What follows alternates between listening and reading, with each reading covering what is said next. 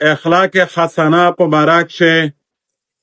قرآن تعالی فرمایي وانک لعلی خلق عظیم، اے پیغمبره ته د اخلاق په اعلی بلند تر مقام باندې تو ته الله جل شانو ډېر لوی ښه اخلاق درکړي دي. حدیث شریف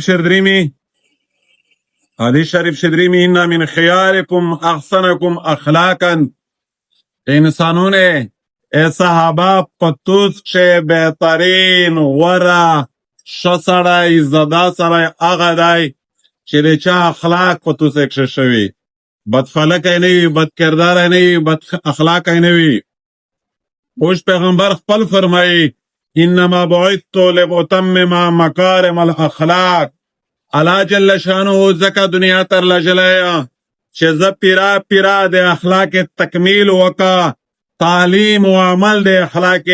پیرا امت تا پیش کا دے مو دنیا تا در لجلے مقصد دادائی. بل حدیث شریف شردریمی ان اثقل شیء یوضع فی میزان المؤمن یوم القیامت خلق حسننا، پا قیامت شو دیر عملینا تلل شی، دیر عملی وزن ہوئی،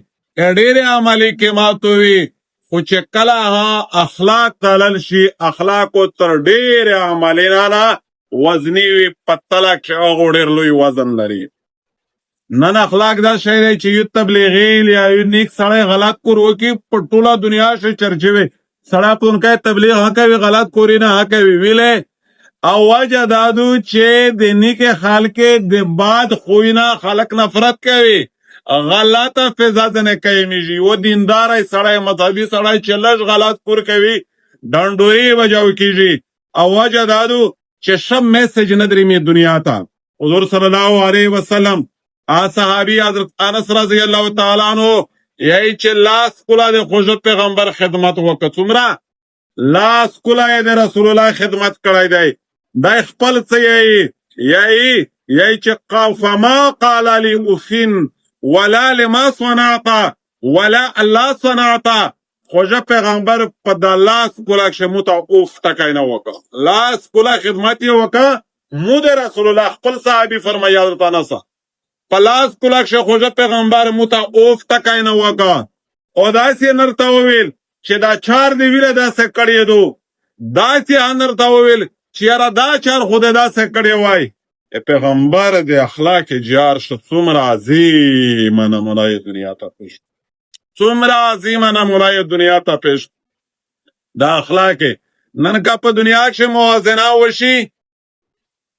یو خاموش انقلاب راونده ده دعوت پنوما بهار دوشه پا تبلیغون لاوڑ خرجی لگی چی ری چات پس لاوڑ نرو خاصل چی پکی نوی روان ایده ده شا اخلاقی نتوم را خلق متاثیر شی او شا بگالم گلوج بدکرداری سختی دا دی انسان ده پورا دیر نشا عمل ده، دا دی انسان ده پورا نشا عمل ده. یہی چه که تناسب وکه پا دنیا کشه چه دا اسلام دے تیرے پزور دیر روغلائی دے قادش اخلاق پزور دیر روغلائی دے نو یہی چه اسلام دے اخلاق پزور دیر روغلائی دے چه کلا دے خالق اخلاق ششی یہی چه دعوت تا نه چلاوی خود با خود چه انسان تا تو کسی انسان تونو متاثر کیجی او بیا اسلام ترائب کیجی چه کلا علامه اقبال فلسفه وک شی پیجدی وکللا بیا دم را حد تا ورسده چه خدای دے یولی نامن خیر شو بیا خپل استوزون تا لوڑ شا یورپ تا چه یارا زا ده خدای ده وحدانیت نازا خو انکار کا خدای یو نمان نعوذ بالله اگه دیر کوشش پا وکا استوزون ورطاوی چه برطانیا تا لوڑ شا امیج استوزون پا برطانیا کشوی او تو ده وحدانیت قائل که یای چه برطانیا تا چه لوڑ شا ده خپل استوزون تا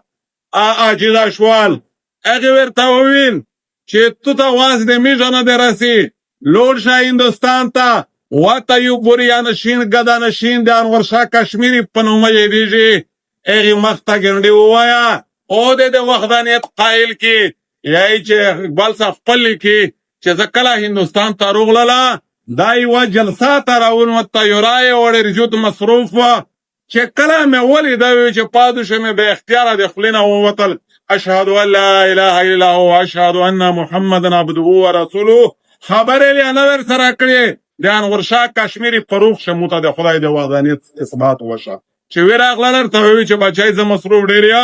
که تو سره زه خبرې کوو گفتگو کوه مو ته دا امره ټیم روکا چې زه جلسه ته لوټ شه زه پروګرام وکړې مو خلک انتظار کو